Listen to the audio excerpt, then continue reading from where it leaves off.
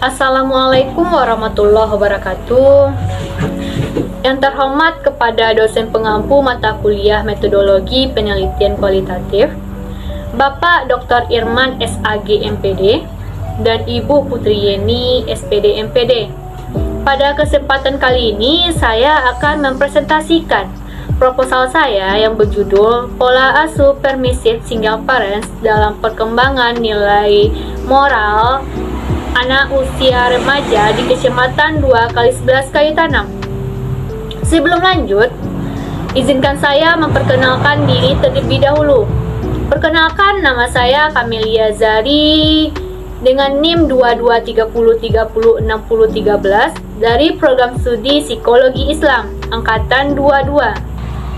Adapun pokok bahasan dalam presentasi ini ada bab 1 yaitu pendahuluan, bab 2 kajian teori, bab 3 yaitu metode. Tetapi terlebih dahulu kita bahas bab 1.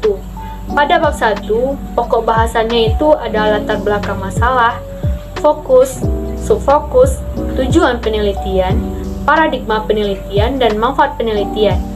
Langsung saja, pada bagian pendahuluan, peneliti dalam menulis proposal ini dilatar belakangi oleh berbagai masalah, yaitu pola asuh. Nah, pola asuh diartikan sebagai proses pendidikan atau membimbing yang dilakukan oleh orang tua untuk mendisiplinkan dan melindungi anak agar mencapai kedewasaan sesuai normal di masyarakat. Berdasarkan observasi awal, penulis melihat banyak ditemukan keluarga single parents, mayoritasnya dipimpin oleh wanita dan ibu yang memiliki anak usia remaja. Ketidakharmonisan keluarga dapat mengganggu perkembangan psikologis dan moral anak. Single parents sering menghadapi tanggung jawab yang ganda yang dapat mempengaruhi cara mereka mengasuh anak. Kondisi mental single parents seperti kehilangan pasangan sering membuat pengasuhan menjadi permisif. Anak-anak dari single parents sering menghadapi kurangnya perhatian, bimbingan, dan pengawasan moral. Masa remaja adalah periode transisi yang penuh tantangan, termasuk pencarian identitas diri. Remaja sering menghadapi konflik internal dan eksternal yang mempengaruhi perilaku moral mereka. Pola asuh permisif dapat memperarah perilaku menyimpang remaja, seperti kurangnya tanggung jawab dan penghormatan terhadap norma. Observasi di Kecamatan 2x11 Kayu Tanam menunjukkan bahwa banyak keluarga single parents menghadapi masalah dengan remaja yang kurang disiplin, sopan santun, dan nilai moral. Anak-anak dari keluarga ini cenderung menjadi pemarah dan bertanggung jawab dan tidak terlibat dalam kenakalan remaja. Wawancara dengan ibu single parents menunjukkan bahwa pola asuh permisif sebagai respon terhadap tekanan emosional atau keinginan untuk menjadi hubungan dengan anak. Selanjutnya, fokus penelitian. Dalam penelitian ini fokusnya yaitu pola asuh permisif single parents dalam perkembangan nilai moral anak remaja pada Kecamatan 2x11 Kayu Tanam. Nah, selanjutnya subfokus penelitian. Pada penelitian ini subfokusnya yang pertama yaitu faktor penyebab pola asuh permisif pada single parents dalam perkembangan nilai moral anak usia remaja. Yang kedua, dampak pola asuh permisif pada single parents dalam perkembangan nilai moral anak usia remaja. Nah, yang ketiga, cara mengatasi pola asuh permisif pada single parents dalam perkembangan nilai moral anak usia remaja. Tujuan penelitian. Yang pertama, untuk mengetahui bagaimana faktor penyebab pola asuh permisif pada single parents dalam perkembangan nilai moral anak usia remaja. Yang kedua, untuk mengetahui dampak pola asuh permisif pada single parents dalam perkembangan nilai moral anak usia remaja. Yang ketiga, untuk mengetahui cara mengatasi pola asuh permisif pada single parents dalam perkembangan nilai moral anak usia remaja. Selanjutnya yaitu paradigma penelitian. Dalam penelitian ini menggunakan yaitu paradigma positivisme karena penelitian ini menyangkut tentang nilai-nilai moral, tentang pembahasan tentang perkembangan nilai moral pada anak usia remaja. Nah, selanjutnya itu ada manfaat penelitian. Dalam penelitian ini ada dua manfaat, yaitu ada manfaat teoritis dan manfaat praktis. Nah, manfaat teoritisnya yaitu diharapkan dapat menjadi bahan pengembangan kontribusi bagi pengembangan dalam bidang psikologi, khususnya yang berkaitan dengan pola asuh tunggal dalam pembentukan nilai moral pada anak usia remaja. Sedangkan manfaat praktisnya bagi orang tua itu diharapkan dapat lebih fokus dalam memberikan perhatian dan kasih sayangnya dalam proses pengasuhannya.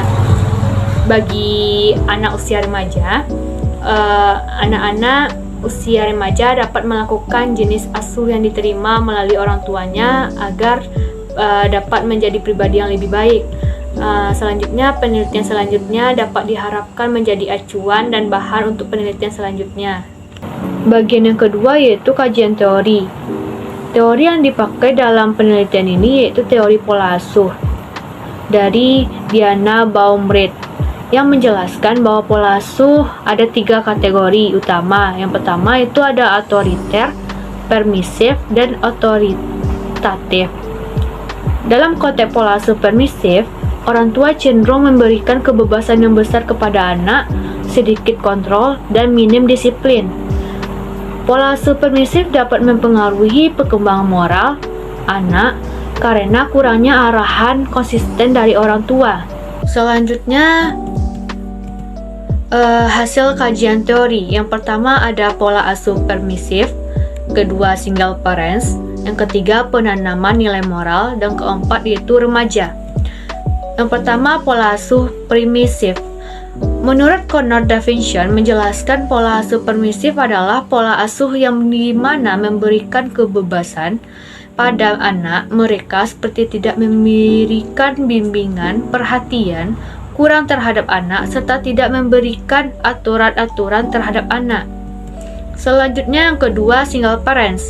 Single parents yaitu keadaan pada tanggung jawab untuk merawat anak sepenuhnya diambil oleh orang tua tunggal yang ditinggalkan kekasihnya maupun pasangannya. Yang keempat penanaman nilai moral. Menurut pandangan Sparger, nilai merupakan suatu aturan yang digunakan untuk pedoman seseorang dalam menentukan keputusan pada suatu situasi sosial. Sedangkan pada moral adalah kepribadian yang dimiliki seseorang yang memiliki hubungan yang erat dalam melakukan suatu aktivitas dalam kehidupan sehari-harinya. Yang ketiga itu ada remaja. Menurut teori Sentomo dan Poanti, fase remaja adalah fase peralihan saat anak mengarah ke pendewasaan ketika individu mengalami penyesuaian baik itu fisik maupun psikologis. Nah, selanjutnya itu bagian bab 3 yaitu metodologi penelitian. Jenis penelitian.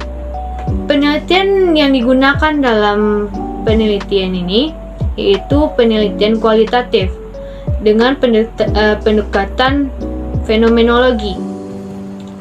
Nah, selanjutnya latar penelitian.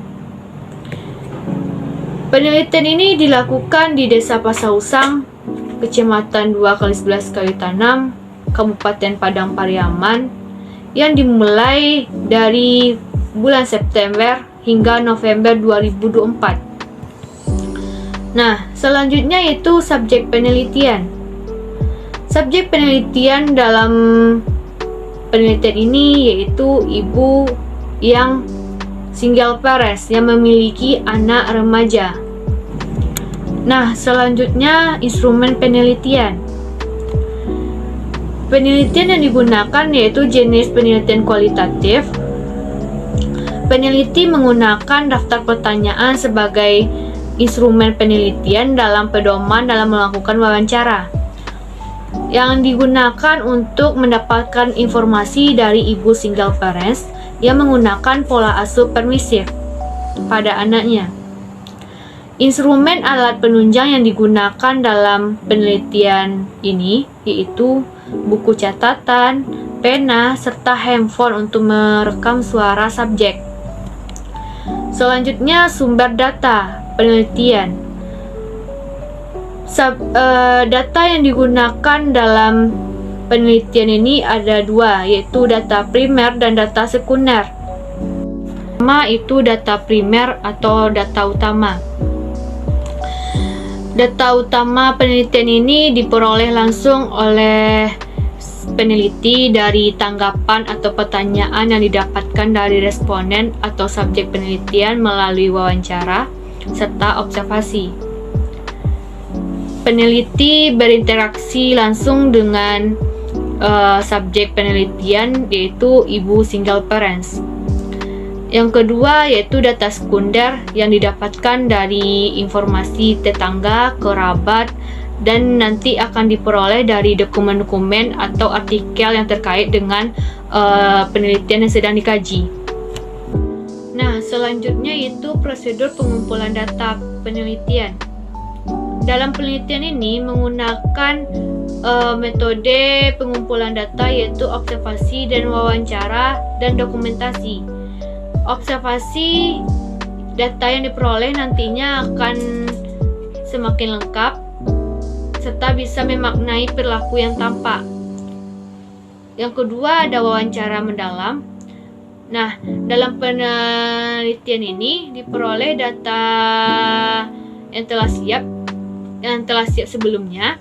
Nah, nanti menggunakan teknik wawancara dan membuat daftar pertanyaan serta secara terstruktur yang digunakan untuk mengumpulkan data dari subjek tersebut. Nah, selanjutnya ada dokumentasi. Nah, dokumentasi digunakan sebagai metode tambahan untuk mendukung observasi. Nah, selanjutnya ada analisis data penelitian. Ada 4 teknik analisis data yang digunakan dalam penelitian ini. Yang pertama itu ada tahap pengumpulan data. Di tahap ini peneliti melakukan pengumpulan data sebelum menemukan fokus penelitian. Nah, yang kedua ada reduksi data, yaitu rangkuman menggunakan data penting untuk membuat kategorisasi. Reduksi data dilakukan oleh peneliti dengan teknik penggabungan data menjadi tulisan yang dianalisis dari data wawancara dan hasil observasi, serta data yang didapatkan dari dokumentasi sesuai format. Yang ketiga ada display data. Display data ini digunakan untuk mengolah data setengah jadi yang telah seragam sebelumnya ke dalam bentuk tulisan dengan teks yang bersifat naratif. Nah, yang keempat, kesimpulan atau verifikasi.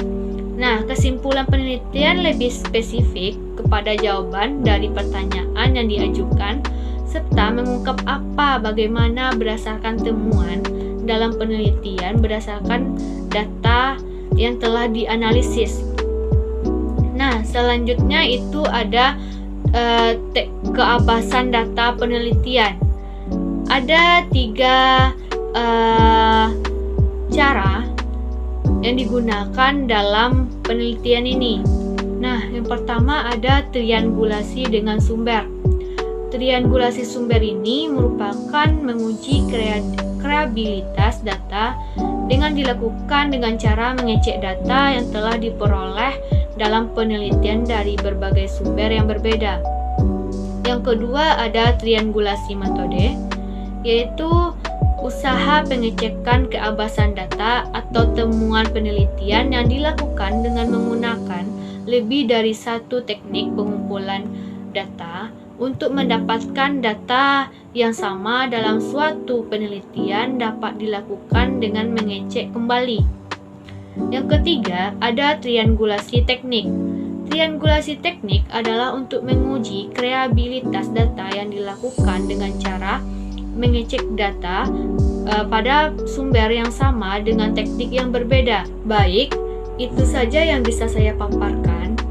Mohon maaf apabila ada kata-kata yang salah. Akhir kata saya ucapkan terima kasih.